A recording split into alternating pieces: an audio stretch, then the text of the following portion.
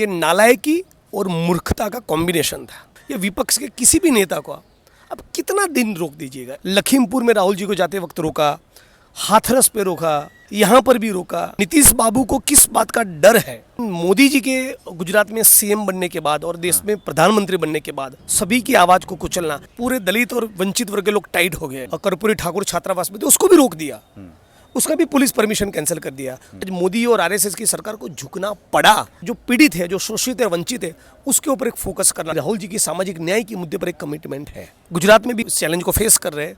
मोहन भागवत की तो हवा निकल जाए यदि अडानी और अंबानी अपना सपोर्ट वापस खींच ले।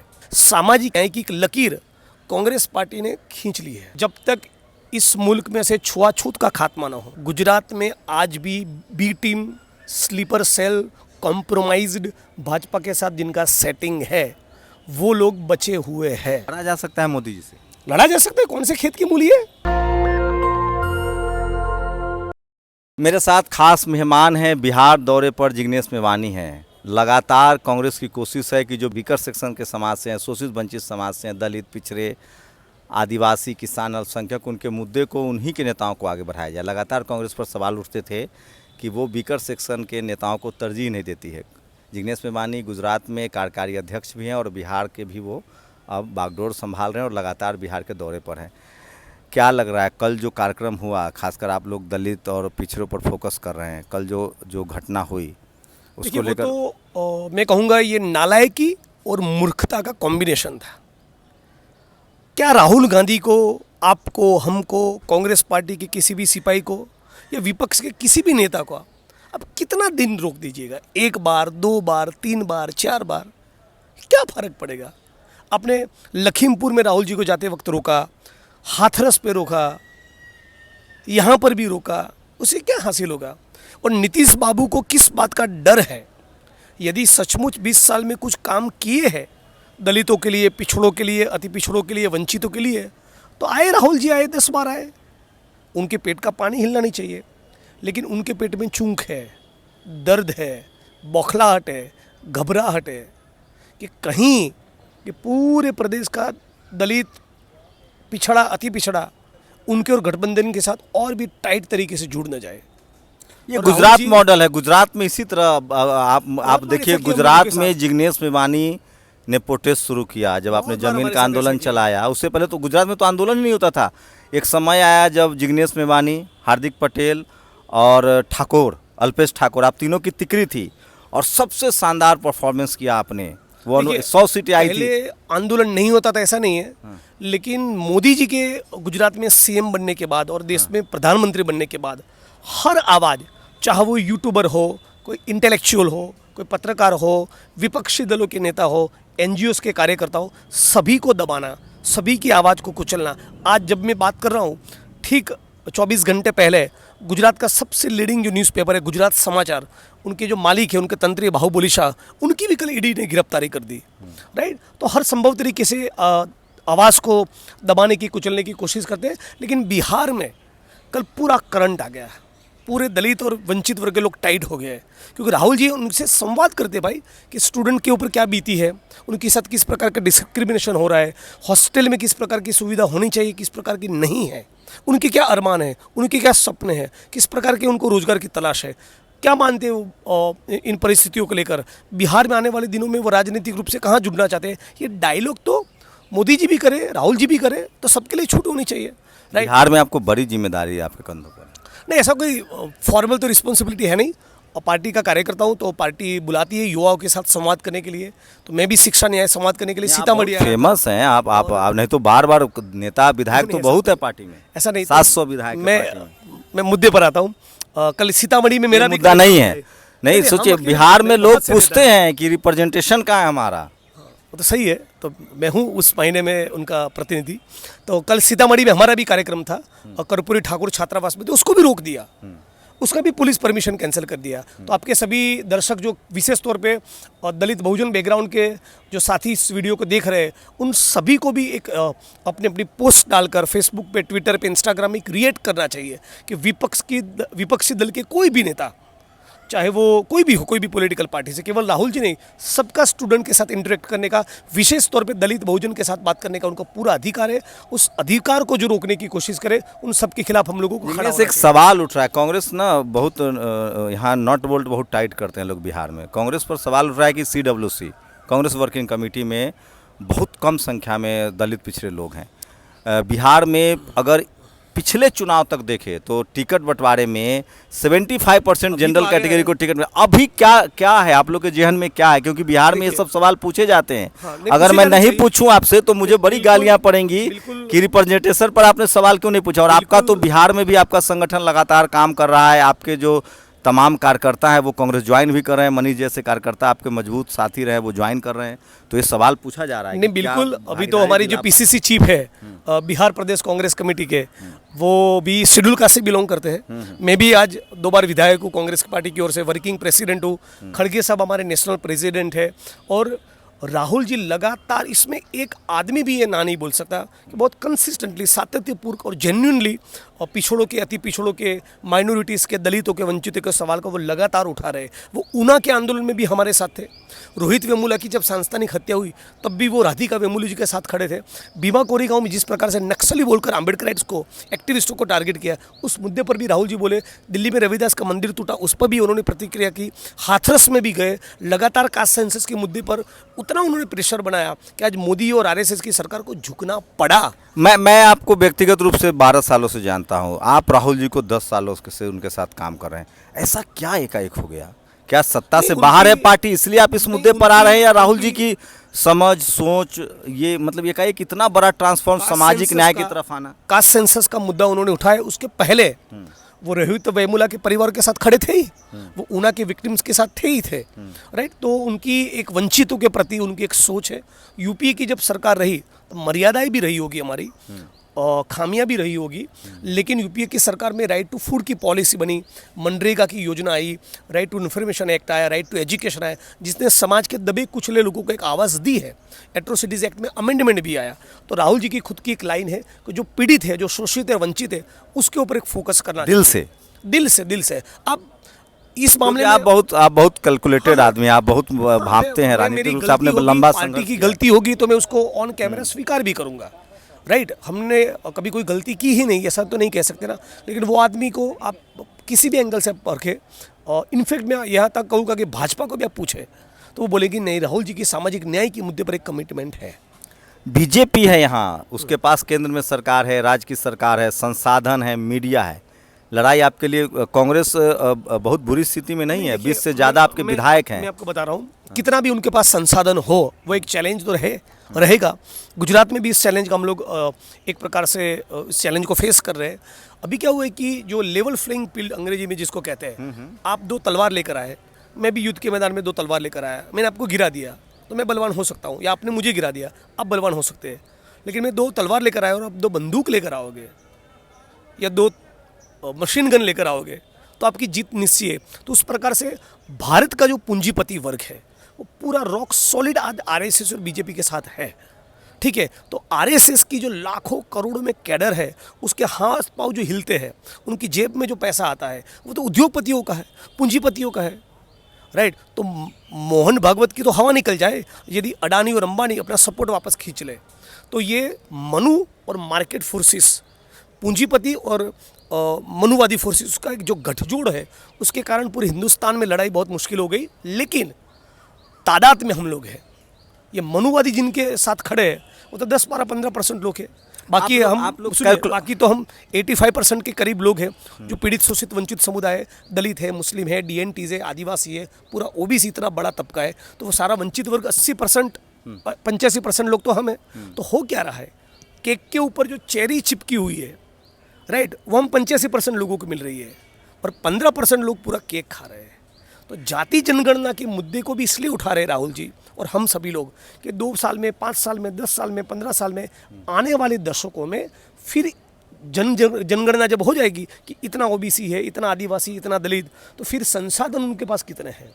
आप लोग कैलकुलेटेड रिस्क ले रहे हैं। समझिए 2 चीजें हैं, उनके पास राष्ट्रवाद का नारा है, सिंदूर ऑपरेशन को वो भुनाने वाले हैं, तिरंगा यात्रा निकाले, और आप सामाजिक न्याय के मुद्दे पर लड़ रहे हैं। रिस्क है तब भी हम इस बात को लड़ेंगे। मेरी विधानसभा पार्टी में है सहमति इस बात पर, क्योंकि आप एक्सटेंडेड वर्किंग कमेटी में भी हैं। मैं खुद बोल रहा हूँ इस मुद्दे पर, राहुल जी खुद बोल रहे हैं, खड़गे साहब बोल रहे हैं, पार्टी के ज़्यादातर नेता आज बोल रहे हैं। सामाजिक न्याय की एक लकीर कांग्रेस पार्टी ने खींच ली है। इस पर रहना है, इस पर रहना ही रहना है, पूरा जीवन रहना है।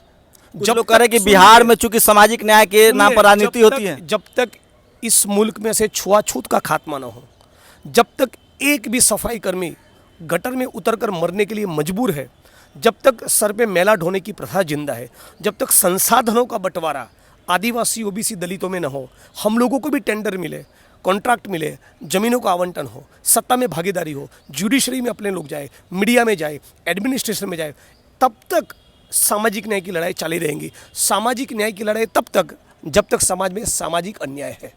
क्या ये बड़ा चैलेंज है कॉर्पोरेट में रिजर्वेशन की आप लोग मांग कर रहे हैं? 15 ये कह रहे हैं जो संविधान के अनुसार, इस सब पर कोई बात नहीं करता था, इसको एकदम होली काऊ नहीं। अच्छा, ये जरूरी है कि इन मुद्दों पर बात की जाए, और जो मुद्दे पिछले सालों में उठने चाहिए थे हमारी ओर से भी वो नहीं उठे, तो अब कांग्रेस पार्टी बहुत दमदार तरीके से, ठोस तरीके से उठा रही है।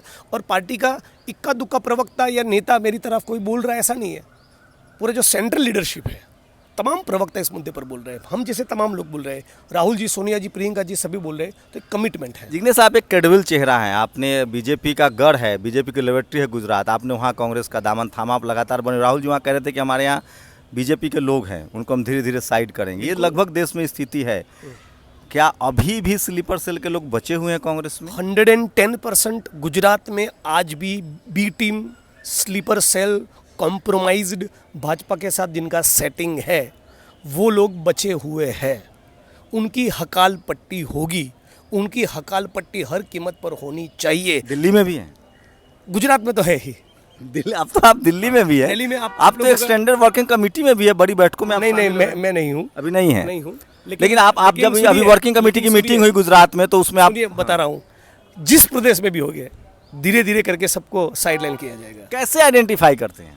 वो तो पता चलता है ना, कोई आदमी कैसा है, किसकी क्रेडिबिलिटी क्या है, चुनाव में क्या किया, किनका कारोबार चल रहा है, किनका धंधा चल रहा है। जैसे मेरी बात करूँ, मेरे पास ना कोई पेट्रोल पंप है, न गैस की एजेंसी है, न कोई मैं फाइल क्लियर करवाता हूँ, न जमीन की कोई एनए करवाता हूँ। मतलब कांग्रेस में अब विशुद्ध रूप से कार्यकर्ता ही राजनीति करेगा, बिजनेसमैन के लिए स्पेस नहीं है। ये कहना अभी ये बहुत बड़ा मुश्किल है, ये बहुत बड़ा दावा होगा, लेकिन धीरे धीरे करके लड़ने वाले मेरे जैसे लोगों को स्पेस मिलेगा, वो स्पेस बढ़ेगी, ये तय है। लड़ा जा सकता है मोदी जी से? लड़ा जा सकता है, कौन से खेत की मूली है? ऐसा नहीं कि उनके खिलाफ नहीं लड़ा जा सकता, 110% लड़ा जा सकता है। लड़ रहे हैं ना लोग। बीजेपी एक्सेप्ट बहुत जल्दी कर, हाँ। दलित भी लड़े, मजदूर भी लड़ा, महिलाएं भी लड़ रही, सब लोग लड़ रहे हैं। मीडिया से कैसे लड़ेंगे? आपके जैसे ऑल्टरनेटिव मीडिया के साथियों को सपोर्ट करना पड़ेगा। हम लोग की कोई हैसियत नहीं, हम लोग को तो एक झटके में बंद कर दिया जाए। देखिए, इसमें ऐसा है कि मीडिया की ज़्यादातर बड़ी चैनलें हैं, जो अखबार है, उसमें मोदी जी के समर्थक कॉरपोरेट हाउसेस का उसमें बहुत डिसप्रोपोर्शनेट स्टेक हो गया है, राइट। तो एक ही किस्म का भोंपू बजाएंगे। आपकी क्या भूमिका होने जा रही है गुजरात में? लोग कह रहे हैं कि आप अध्यक्ष बनने जा रहे हैं। नहीं, ऐसा कुछ मेरे मंत्री का अगला चेहरा है। अरे भाई साहब, मेरे मन में ऐसा कुछ नहीं है। मैं पीड़ितों की, वंचितों की आवाज़ हूँ। इस आवाज़ को कांस्टेंट कैसे बुलंद करना, मेरे अंदर जो विद्रोह जिंदा है, वो विद्रोह बना रहे, आग बनी रहे। आपको एक राष्ट्रीय चेहरा तो बनाया जा रहा है, तो क्या दिल्ली लाया जा सकता है आपको? अरे भाई, मेरे मन में ऐसा कोई गणित है नहीं। मैं अभी विधायक हूँ, मेरी जिम्मेवारी मेरी कॉन्स्टिट्यूंसी में, देश में जहाँ पर भी चुनाव होते हैं, जन आंदोलन होते हैं, सेमिनार होते हैं, टॉक्स होते हैं, कन्वर्जेशंस होते हैं, मैं सब में पार्टिसिपेट। आप एक राष्ट्रीय चेहरा है, मैं सिर्फ ये आपको खुश करने के लिए नहीं बोल रहा हूँ, आप राष्ट्रीय चेहरा हैं। देश के सारे कार्यक्रमों में शरीक भी होते हैं, मूवमेंट में भी शरीक होते रहेंगे। तो कोई बड़ी कोई देखिए, ऑलरेडी मैं वर्किंग प्रेसिडेंट हूँ गुजरात के, तो हाँ, वर्किंग प्रेसिडेंट हूँ। पार्टी मुझे सारे स्क्रीनिंग कमेटी के मेंबर बनाती है, मैनिफेस्टो कमेटी का भी मेंबर रहा, स्टार स्पीकर रहता हूँ हर एक। अच्छा, मैं एक सवाल समझना चाहता हूँ। मान लीजिए आप कांग्रेस के अध्यक्ष होते हैं और बीकर सेक्शन के लोग जो उपेक्षित हैं, हर पार्टी ने ठगता ही है, उनको वोट ले लेता है, उनके मुद्दे नहीं होते। SC/ST सब प्लान का पैसा दूसरे फंड में चला जाता है, रिजर्वेशन के वैकेंसी में बेईमानी हो जाती है, SC/ST OBC का ड्रॉप आउट कॉलेज यूनिवर्सिटी में बढ़ा है। बीजेपी के आने के बाद वो समस्याएं और बढ़ गई है। नियुक्तियों में प्रॉब्लम है, नौकरियां खत्म की जा रही है, कॉर्पोरेट में उनके लिए कोई जगह नहीं है, मीडिया, जुडिशरी, ब्यूरोक्रेसी दूर की बात है। मान लीजिए आपको मौका मिल जाए प्रधानमंत्री बनने का या मुख्यमंत्री बनने का, तो आप कैसे इसको सॉर्ट आउट करेंगे? पूरे इंडिया में जितने भी संसाधन हैं, जितनी भी ज़मीनें हैं, उसका मैक्सिमम बंटवारा वंचितों में करूंगा। हमारा कॉन्स्टिट्यूशनल एम है कि समाजवाद को लागू करना, सोशलिस्ट रिपब्लिक बनना है, सेक्युलर सोशलिस्ट रिपब्लिक। तो समाजवाद का मतलब है संसाधनों का बंटवारा हो, सत्ता और संपत्ति का विकेंद्रीकरण हो। तो बड़े बड़े जो पूंजीपति है, ठीक, उन्हीं की जेब में सारा पैसा जाए और किसान और मजदूर, दलित, आदिवासी, ओबीसी, डीएनटी, मुस्लिम्स वो ठन गोपाल हो, ये परिस्थिति तो नहीं तो आप रहेगी। पर तो लेफ्टिस्ट और फिर नक्सली का ठप्पा लग जाएगा। मेरे ऊपर ऐसा कोई थप्पा नहीं लगेगा। मेरे ऊपर संविधान में मानने वाले एक कार्यकर्ता का ठप्पा है, वो सही है। लेकिन संसाधनों के बंटवारे की बात तो डॉक्टर भीमराव बाबा साहब अम्बेडकर ने भी की, जिनके स्टैच्यू के पीछे हम लोग अभी खड़े हैं। एक सवाल बस लास्ट सवाल है। बाबा साहेब अम्बेडकर आज के डेट में हर पार्टियां उनके नाम को भुना रही है। आप हमारी जगह होते हो, आप मैं एक वोटर के तौर पे हमें आपको, चूँकि आपका लंबा संघर्ष है, अब 20-25 साल से आप पब्लिक लाइफ में हैं, कैसे लोग भरोसा करें? बाबा साहब का नाम सब ले रहा है, किस पर भरोसा करें कि जो बाबा साहब का नाम ले रहा हो? कल राहुल गांधी जी के भी हाथ में तस्वीरें थी। चाहे वो मैं हूँ या मेरी पार्टी है, पार्टी सत्ता में आए और फिर किस प्रकार की नीतियाँ बनाती है, किस प्रकार से नीतियों को लागू करती है और उत्पीड़न के मामलों में क्या स्टैंड लेती है, उससे पता चलेगा। आज मैं विधायक हूँ, मेरे कॉन्स्टिट्यूंसी है, लेकिन गुजरात के किसी भी वडनगर तो वो चोरका है, मेरा वडगाम है, तो गुजरात के किसी भी जिले के वडनगर से वो प्रधानमंत्री लड़ते थे, आपका वडगाम है, मैं माफी चाहता हूँ। तो लेकिन दोनों एक ही डिस्ट्रिक्ट में है ना? हाँ, नहीं, बगल बगल में है। तो मेन मुद्दे पे आता हूँ। तो क्योंकि मेरा भी कॉन्स्टिट्यूंसी है, लेकिन गुजरात में आप बोटाद है, भावनगर है, अमरेली है, बनासकांठा है, पाटण है, कच्छ है, सूरत, बड़ौदा, राजकोट, अहमदाबाद, किसी भी जिले में जाइए, किसी भी शहर में जाइए, दलितों पे, वंचितों पे अत्याचार, अन्याय होगा, सबसे पहले आके कौन खड़ा रहेगा, आप पूछ लीजिएगा। जी, मैं देखता हूँ। यहाँ तक कि भाजपा के कार्यकर्ता की भी पिटाई होती तो भी वो मुझे फ़ोन करता है कि भाई FIR करवा दो। जो बीकर सेक्शन के लोग हैं। हाँ, तो आपको लड़ाई लड़नी पड़ेगी। लड़ाई नहीं लड़ोगे और केवल जय भीम बोलोगे या बाबा साहब की बात करोगे और प्रैक्टिस में आपकी नहीं है, यदि वो आपके एक्शन में रिफ्लेक्ट नहीं हो रहा है, तो आप केवल इलेक्टोरल बेनिफिट के लिए कर रहे हो। तो जो नेता जो कह रहा है उसके एक्शन में दिखिए। राहुल जी ऊना में आकर खड़े रहे, रोहित वेमुला के परिवार के साथ खड़े रहे, हाथरस गए, कल मुकदमा झेला, कल उन पर FIR हुआ, तो स्टैंड ले रहा है। और वो राहुल जी खुद कह रहे हैं उनकी पार्टी के अंदर भी इस धारा को लगातार खींचने वाले लोग उनको चाहिए। तो मैं मानता हूँ कि उस एक्शन के बेसिस पे आदमी को जज करना चाहिए। जी बिल्कुल। तो ये जिग्नेश मेवानी हैं, जिनको कांग्रेस की तरफ से पूरे देश में युवा नेता भी हैं और दलित समाज से भी आते हैं। तो क्या लग रहा है, क्या कांग्रेस जो लाइन ले रही है, मैं फिर आपके पाले में सवाल डाल रहा हूँ, राहुल गांधी जिस एग्रेसिव तरीके से, मजबूती से सोशल जस्टिस, सामाजिक न्याय की बात कर रहे थे, जाति जनगणना की बात कर रहे थे, बीजेपी ने मान लिया है, कब होगा ये नहीं पता, क्या आपको भरोसा बन पा रहा है? एक राष्ट्रीय पार्टी ने सामाजिक न्याय के मुद्दों को अपना लिया है, पूरा बहुजन समाज यही चाहता था कि राजनीतिक रूप से इसको मुद्दा बनाया जाए। खासकर बीच के दिनों में जब पिछले 10-15 सालों में आप देखेंगे कि जब धर्म की राजनीति अपने शबाब पर आई, नरेंद्र मोदी प्रधानमंत्री बने, तो तमाम वो बहुजन लीडरशिप वाली पार्टियां, कोई सर्वजन से बहुजन से सर्जन हो गई, कोई A to Z हो गई दलित पिछड़ा से। ऐसे में अब कांग्रेस पूरी तरह से सामाजिक न्याय के मुद्दे पर आगे बढ़ रही है। क्या इस बदलाव को आप कैसे देख रहे हैं? आप अपनी राय देकर हमें बता सकते हैं। शुक्रिया सर हमसे बातचीत करने के लिए। Thank you. Shambhu Kumar Singh, national Dastak, Patna. Dastak की आपसे गुजारिश है कि अगर इसको बचाना चाहते हैं तो नेशनल दस्तक को सब्सक्राइब करने के लिए रेड कलर के सब्सक्राइब बटन को दबाएं, फिर बेल आइकन की घंटी दबाएं। नेशनल दस्तक को बचाने के लिए बहुत ज़रूरी है कि हर खबर को शेयर करें, लाइक करें, कमेंट जरूर करें।